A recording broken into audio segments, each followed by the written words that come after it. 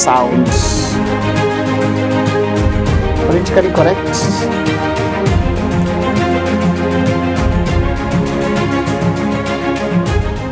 Nama mwanzo. Najua tunaweza kuwa katikati ya conversation. Welcome back mtazamaji katika segment yetu ya The Guest, na niko na guest wetu kwenye studio. Usisahau ya kwamba tuko live kwenye Facebook Mamlaka TV, Grace and Jerry, and all other social media platforms. You're watching us from Mamlaka TV pang 146. And good morning to everyone ambao wanaamka saa hizi. Ninaona director wangu ndio anaamka saa hii, producer wangu na wana ndio wanaamka saa hizi. Good morning to everyone of you ambao mko nyumbani, ambao mko kazini. Good morning to everyone of you. Hapa hivi kwenye studio niko na guest wangu ambaye nitakupeleka moja kwa moja hadi kwake. We are talking about co-parenting, and tutakuwa na tuna discuss kidogo about what co-parenting is and the steps ambazo tutakuwa tunaangalia pale hivyo. And nitakuwa nakupeleka kwa the guest of the day ambaye ataweza kujintroduce, tujue who he is. Good morning. Morning. Kwa salama? Kabisa. I think I also want to work for you kama to the people who are working with you side ndio wanaamuka. Nataka kujoin your team. Kama side ndio wanaamuka. Wanaamuka tushajenga nchi. Yes. Ni sawa, at least wakiamka tushajenga nchi, wanaweza kuja kupaka rangi. Hata sikupaka wafagie tu. So good morning viewers. My name is Teacher Teresa Simon, and I'm glad to be once again on this platform. The last time I was here, we talked about blended families. You can find it on the videos, Mamlaka TV, and also on my YouTube channel. You can find that topic, the blended families. We looked at it. And yes, we are back today to talk about co-parenting. And maybe one of the most important things to say is that whether we are talking about families as a unit, whether we are talking about blended families as it were, co-parenting or single parenting, the most important component is the child. We are talking about the future of humanity. We are looking at how we can help these youngsters become better humans, and in peradventure, by the grace of God, we can change the tides of getting back what the ideal family was according to God in creation. So whatever topic we handle that touches on parenting, the bottom line is the child, the continuity of the human race as God intended it. Yes. Ningetaka tuanze first hapo kwa definition ya co-parenting. Juu kuna watu ambao tutazama hawajui co-parenting ni nini. Tukianza na director juu ameamka saizi ajui co-parenting is what? Co-parenting. Co-parenting is an arrangement where people who have had children together, whether they were married or not married, they have had a child or children. Co-parenting is the arrangement where one parent has the custody of the child. Ndiye anaishi na yeye 24/7. But the other parent is involved in raising the child, either actively or remotely. Anaweza kuwa huwa anapatikana, anaweza kuwa hapatikani, lakini anatuma resources. So the other parent is not 100% absent, as it were. They are there, either actively or remotely. I mean, they are available for the child. They come in either physically or they put in finances if they are not around. They are in communication with the child. That is what co-parenting is. That one parent is 100% present, has the custody of the child, but the other parent is not absent. He is active in the life of the child.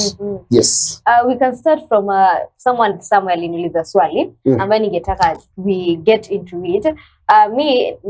For example, niko na mtoto na jamaa fulani. Can I deny the father of the child the access ya kumia mtoto wangu? It's possible for you to do that. But remember, I have said what you are looking at, and even when you go to the legal angle, what we look at is the best interest of the child. And whether you are looking at scriptures or you're looking at the African family setup, or you're looking at psychology, or you're looking at the mental health of the child, as it were, whatever angle you are looking at, a child is better off with both parents present in their lives. So you can go ahead and deny the guy, but you know you are just being selfish. Because you are the one who has issues with the father of the child. The child has no issues with the father. And so adults must always remember it is their responsibility to go beyond their selfishness and think about the future and the betterment of the child. Yes. Kuna ile term inakuanga huku nje ya watoto ambao kwa co-parenting, they have bad morals. Who's to be blamed in these bad morals? I think that is very blanket. Hiyo ni kama kusema Wakikuyu ni wezi. Ama watoto wa mapasta ni mikora. Those are stereotypes. I don't think a child has bad morals because of the setup of the kind of parents that are raising him or her. No, it is more complex than that. There are more factors that contribute to that. Yes. I would like to know, are there challenges in co-parenting? Maybe before we go to the challenges, can we first talk about the types? Okay. We talk about the types of co-parenting. Because it is, as it were, it is not just one arrangement of co-parenting. There are several. There are several arrangements of co-parenting. And it is important for me to say, even as we talk about problems, challenges, what happens? One of the worst things that can happen in co-parenting is where the parent who has the custody of the child is expecting too much from the other parent. Or the parent who doesn't have custody of the child is expecting too much from the parent who has the custody of the child. And I would say, for the mental health of the parents, one of the best things that they can do to each other is to manage expectations. And expectations can only be managed well in an environment where people are communicating. And if people are not communicating, do not expect too much. We'll be coming to that later. So types. Type number one is the one I would want to call organized. The organized one. This is where two people have agreed. This is what we are going to do for our child or children. And they have defined expectations and deliverables. We have agreed. Well, this is what you're going to do. And I'll be bringing the food, I'll be paying the house, I'll be paying for education. And you'll be doing ABC. So it is organized. It is agreed on. People have talked about it and they have agreed. Number two, there is an arrangement that is random. This guy shows up when he shows up. Whenever he feels like. Whenever he feels like.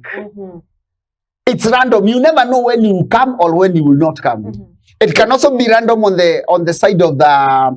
So let me just not use guy. The parent who does not have custody of the child shows up anytime, any day, anywhere. Because we also have men who have custody of the child. Yes. But the woman is random. And the same, it can be a woman with custody and the man is random. Also, the person with the custody of the child can be random. Where it depends with their emotions, it depends with their feelings. So when you want to see the child or when you want, it depends with how they feel. One time they will call you and tell you, we don't even need that help. Another time they can call and say, you cannot see the child for whatever reason. Random. So then there is the third one, which is forced. Where you are forced to co-parent. And mostly you'll be forced by the law. All by the community. So you are not co-parenting because you want. You are co-parenting because you've been pushed into it. Either legally, the courts have ordered you to pay, and that's one of the biggest issues we have had with co-parenting. It is called child support, where somebody has to send the money. Or the parent with the custody of the child has been refusing custody, and then the courts have to come in. The law has to come in to force you to give access to the other parent. Okay? Then we have what we call co-parenting by proxy.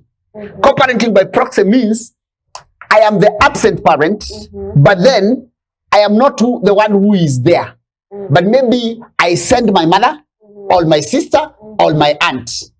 So I am active, but I'm not available. I am not in the picture. but I'm putting in my my contribution, either through my parents or even through a friend, or sometimes even just through someone else. It is not me, but somebody is actively involved on my behalf. And finally, there is one that I like calling the split one, where and this I think is very interesting, because the split one is where the parents have access to the children, but not in any of the four arrangements we have talked about. It can be either a mixture, or they can decide to form their own. Like I know there are people who have decided the kid can be with me 1 week, with you another week. The kid can be with me during school term, with you over the holiday, something like that. It is split. It is, although it might fall in the first category of organized, but sometimes I call it split because it doesn't fit those definitions. Because even the legal ones, the first ones, some people are forced and then they pull out. And there is nothing much the law can do. Sometimes it is by proxy, and then a guy disappears, then he appears. So you see, there is that one, split. It is neither here nor there, but somehow it is happening. And so basically those are the arrangements of co-parenting.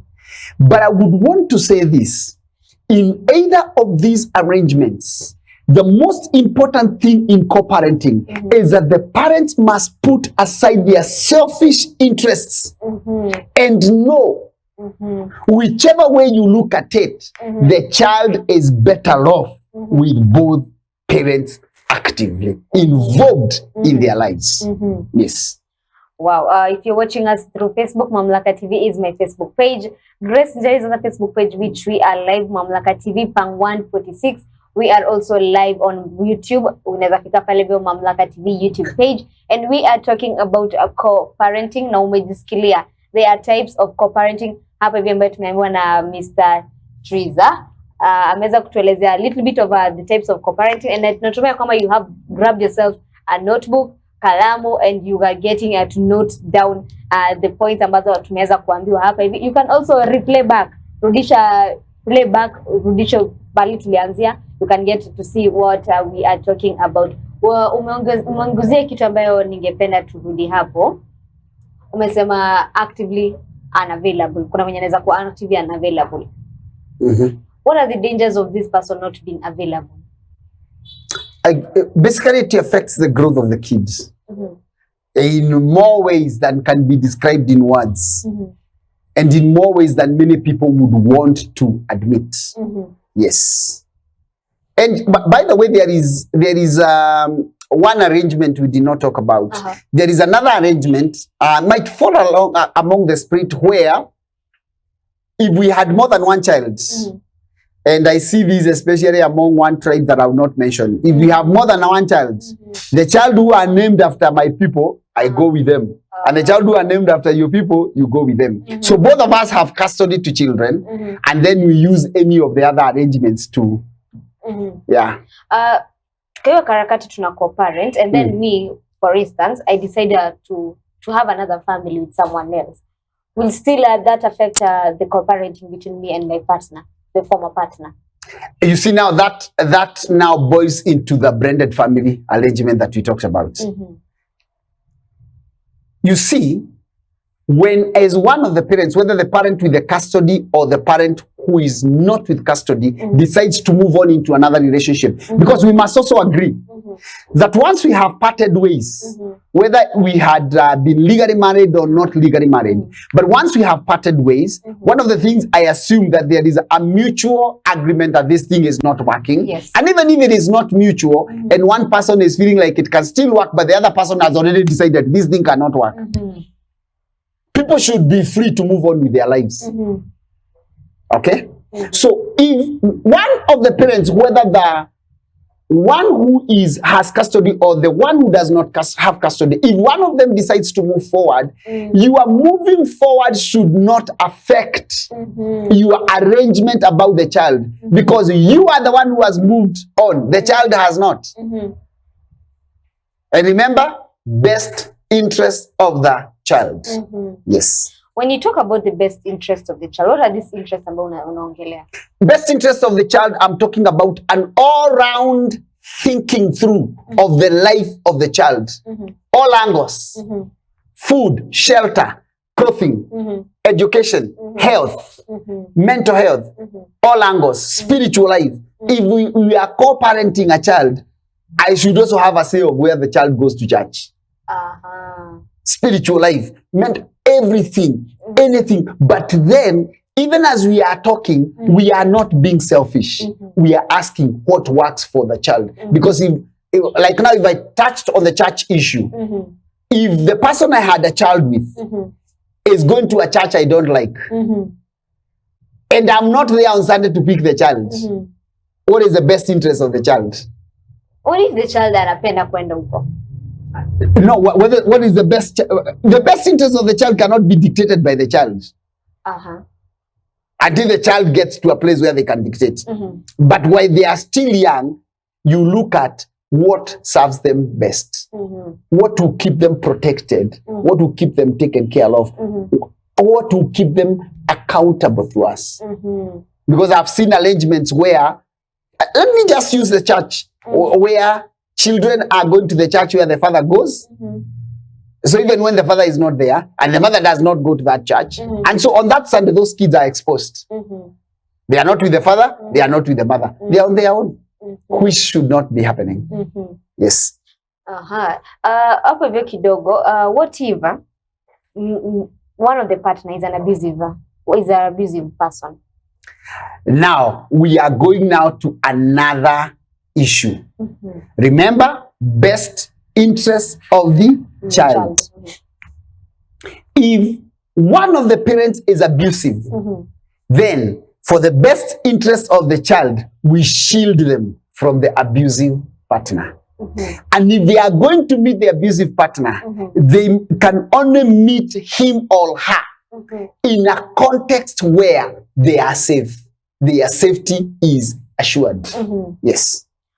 Well, if you're watching me, I hope you're grabbing a copy of the points hapa hivi kwenye studio zetu. Let us get to see advertisement moja, that is Nakuru College of Commerce and Hospitality.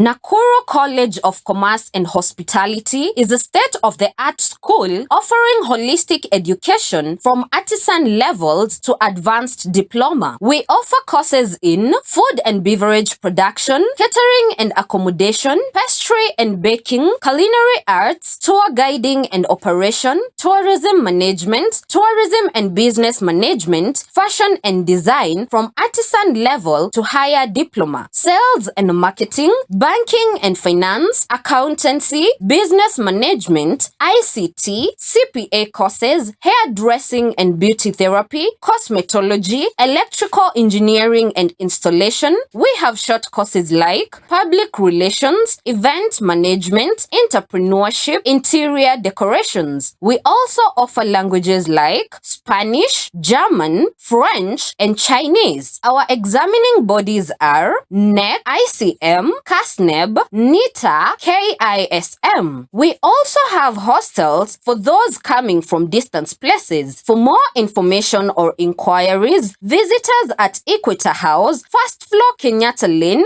Nakuru, or call us on 0727 424698 or 0721 582532 or email at info@nakurucollege.ac.ke or visit our website at www.nakurucollege.ac.ke. Nakuru College of Commerce and Hospitality, defining a culture of professional excellence. Nakuru College of Commerce and Hospitality. Mtazamaji, kama hujaweza kuregister for July intake right now is ongoing. just visit them at Equator House, a 4th floor next to Ereto Bookshop, or also you can visit them via the website info@nakurucollege.ac.ke. And we continue with our discussion today, co-parenting. Natumia kwamba you have been able to understand the definition of co-parenting and the types of co-parenting ambayo tumeweza kuambiwa hapa hivi kwenye studio. And nafikiria kwamba when we are talking about co-parenting, you are getting to understand a deeper meaning of co-parenting, and maybe kuna mali unakuwa uko na shida kidogo na co-parenting. If you are doing co-parenting, and this is your program hapa hivi kwenye studio yetu. Mr. Triza, we are back. Yes.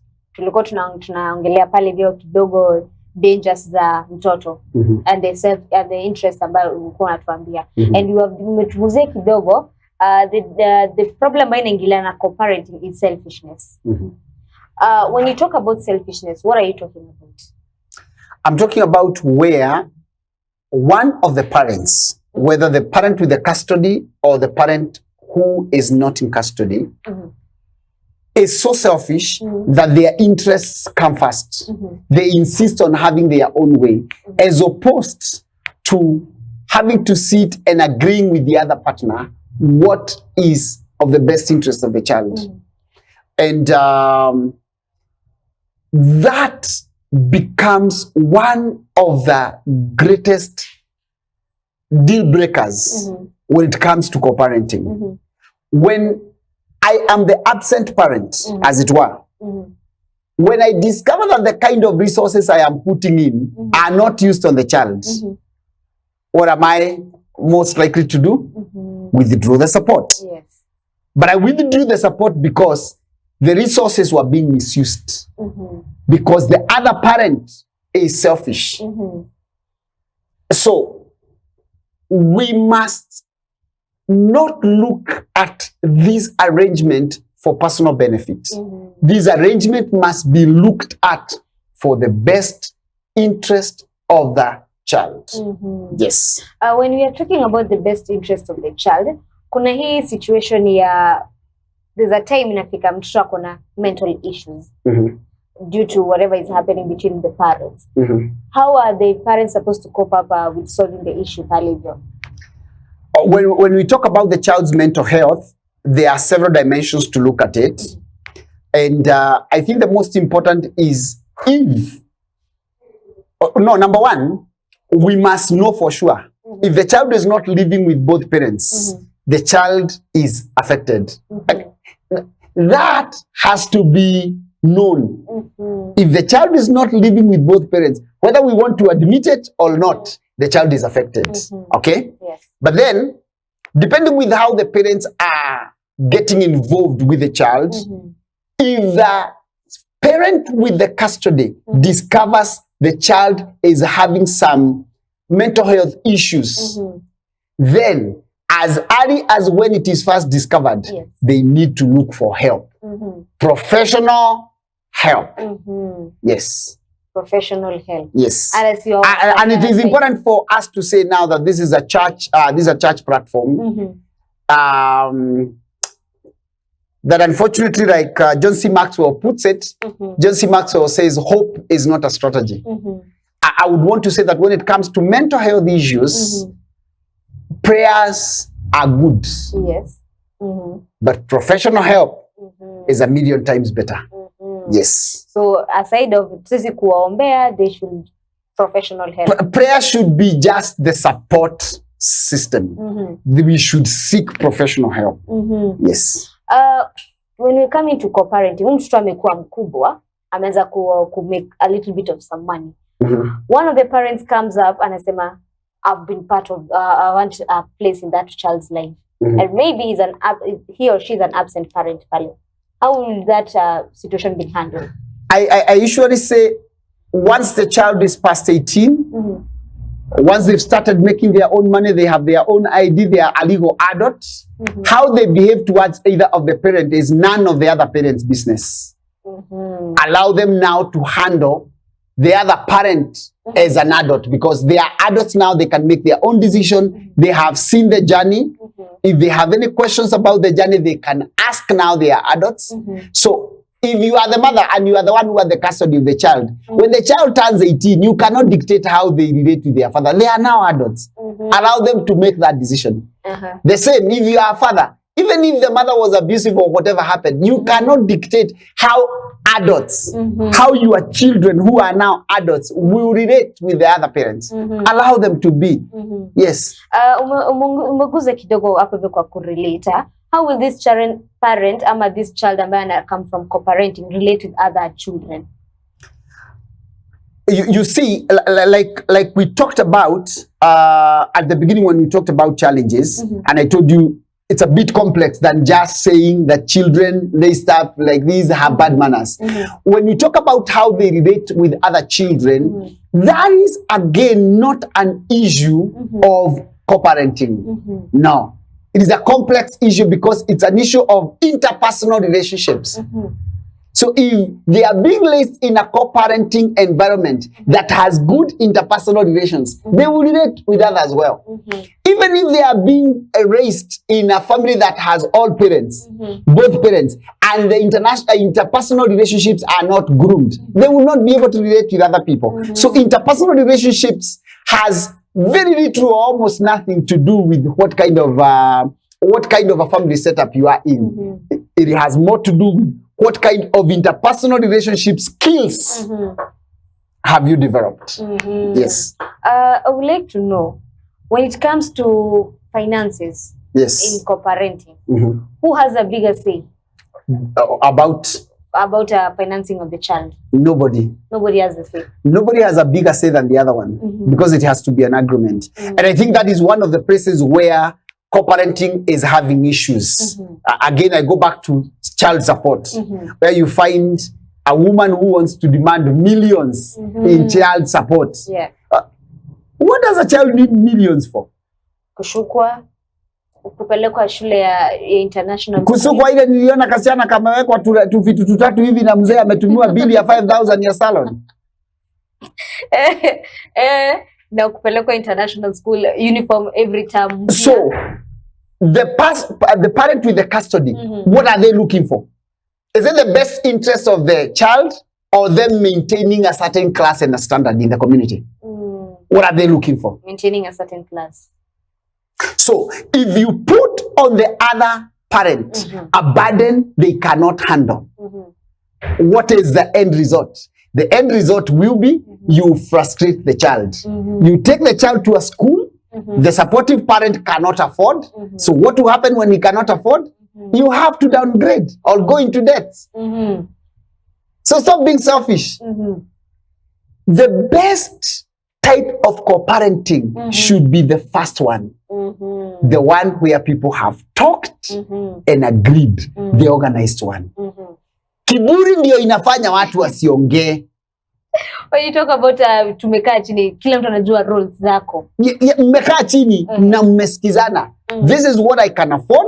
This is what I'm able to do. The only time we should go to the first direction is when we know this parent has capacity but is refusing. And for the Christians, it is important for me to tell you that Paul tells Timothy, if any man does not take care of his immediate family, he has denied the faith and is worse than a non-believer.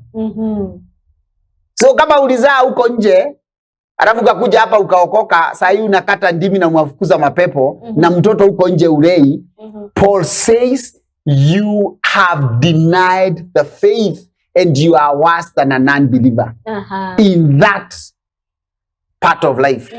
So go take care of your children. Actually, in church, we should not be having a discussion. No. We shouldn't be having this discussion in church circles.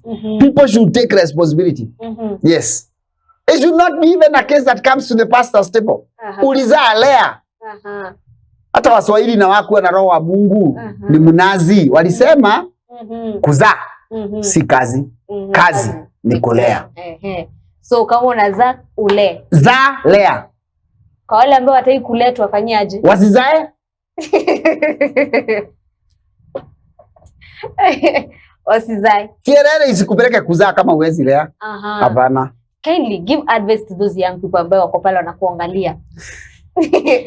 Juu tumefika hapo, tafadhali wapatie that advice. Mavijana. Watu yangu. Kama huwezi lea. Na tusikizane, kulea has nothing to do with how much you are making. It has first and foremost to do with the willingness to put a child's need ahead of your own. Yes. That the little you are getting, you are able to put in a share for the child. If you are not ready for responsibility, don't go making people pregnant. And also ladies, if you are not ready for the responsibility of raising a child alone, don't go getting pregnant by someone who is not your husband.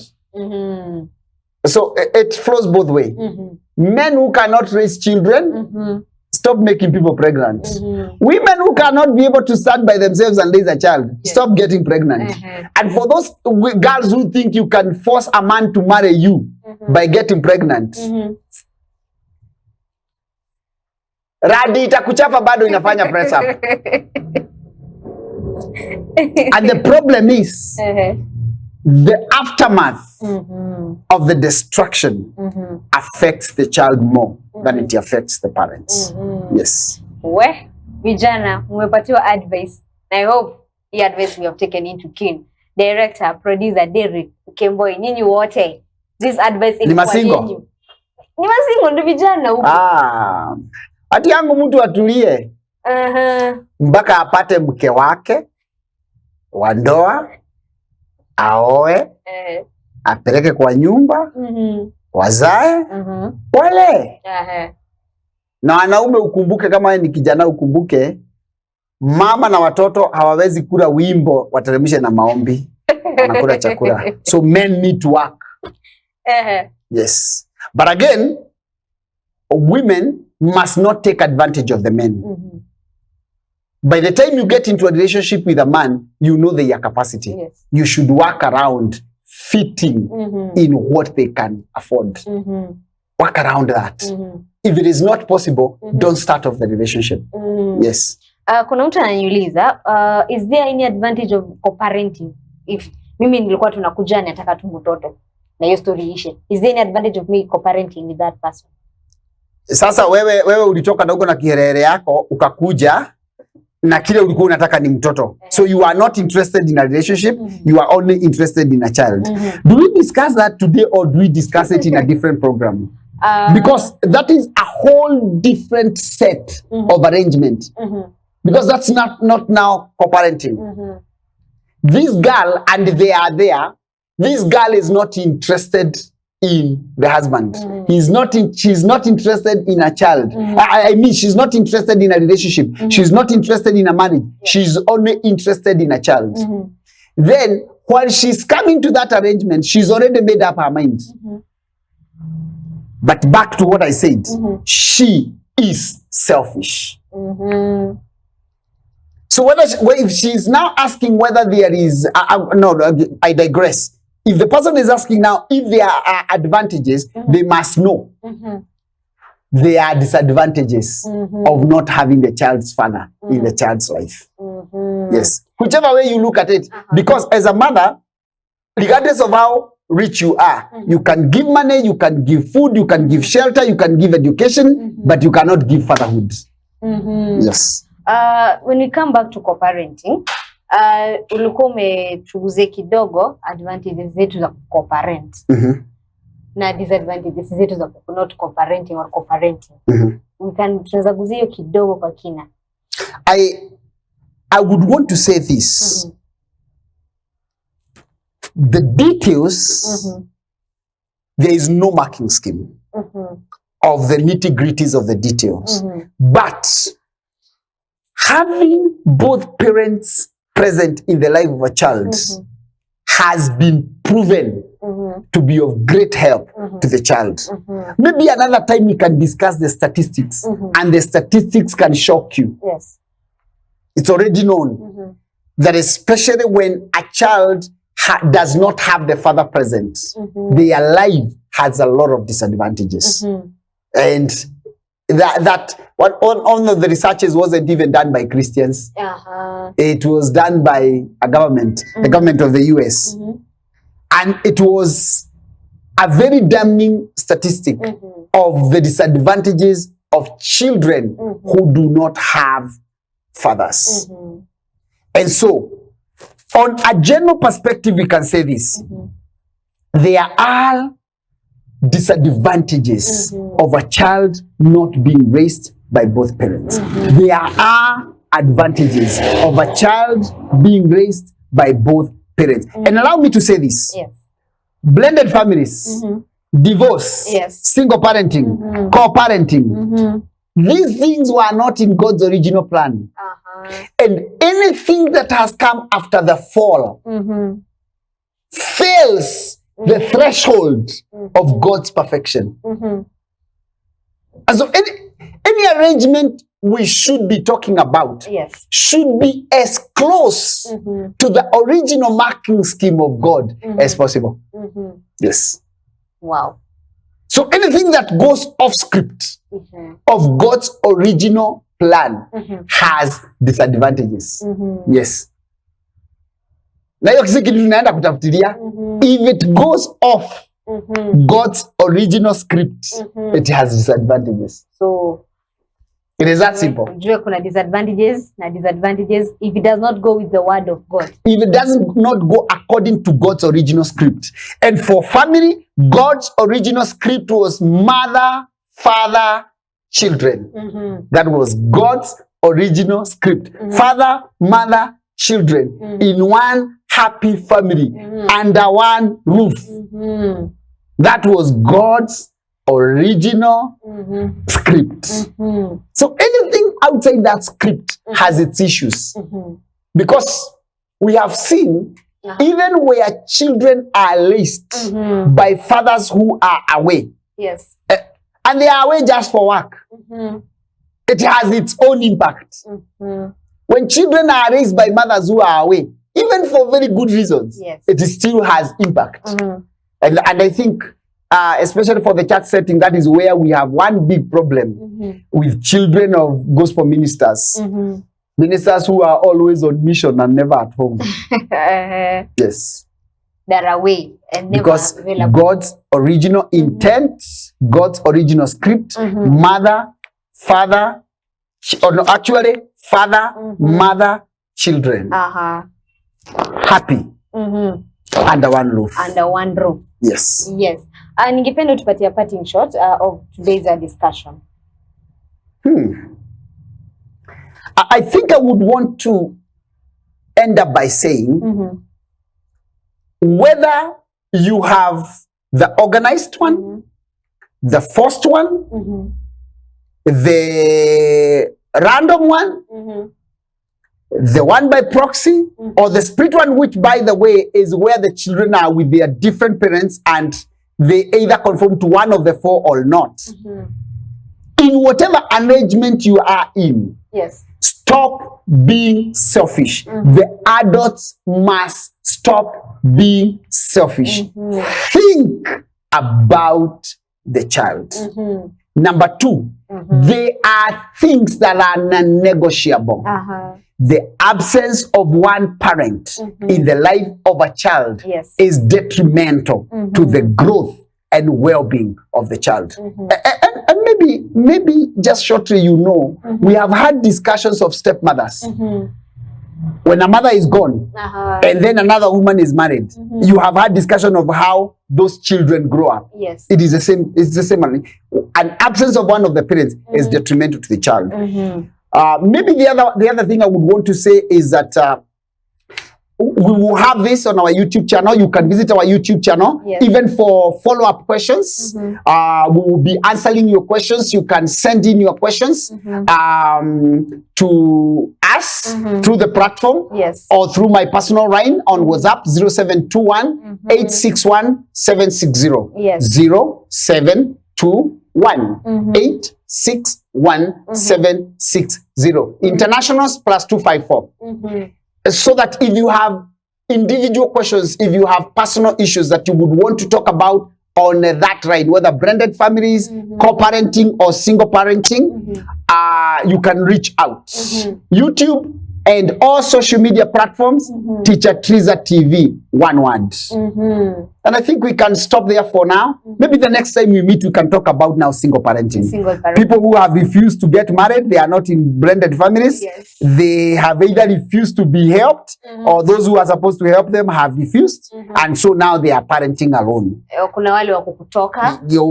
Pengine ulitokwa, ama ulitoka, ama ulikata. Because single parents are either by design or by default. There are people who ama mtu alikufa. So maybe you can come and talk about single parenting the next time.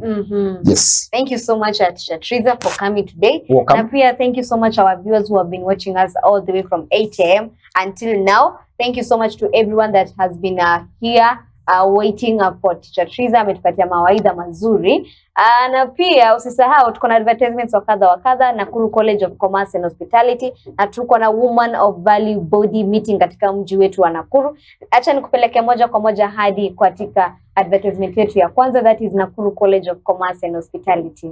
Nakuru College of Commerce and Hospitality is a state-of-the-art school offering holistic education from artisan levels to advanced diploma. We offer courses in food and beverage production, catering and accommodation, pastry and baking, culinary arts, tour guiding and operation, tourism management, tourism and business management, fashion and design from artisan level to higher diploma, sales and marketing, banking and finance, accountancy, business management, ICT, CPA courses, hairdressing and beauty therapy, cosmetology, electrical engineering and installation. We have short courses like public relations, event management, entrepreneurship, interior decorations. We also offer languages like Spanish, German, French, and Chinese. Our examining bodies are NEC, ICM, CASNEB,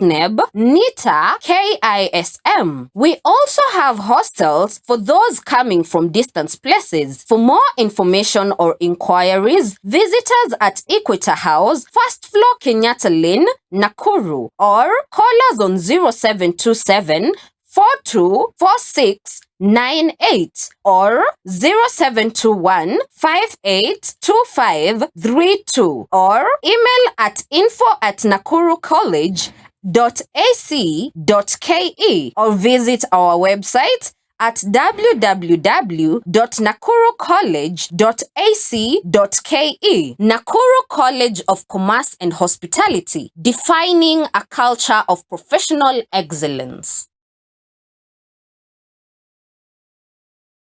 Proverbs chapter 11 verse 16. A gracious woman retains honor. The director of Woman of Value Body Ministry, Bishop Nancy Kinothia, is pleased to invite you to a Woman of Value Body meeting on the 15th of July 2023 from 10 a.m. to 2 p.m. The venue will be at Glorious Restoration Family Church Sanctuary, Pipeline, Nakuru. The theme of the meeting will be a woman after God's heart, and it will be aired live on both YouTube and Facebook. For more information, call or text on 0720 361 014. Tea and snacks will be provided. All are welcome.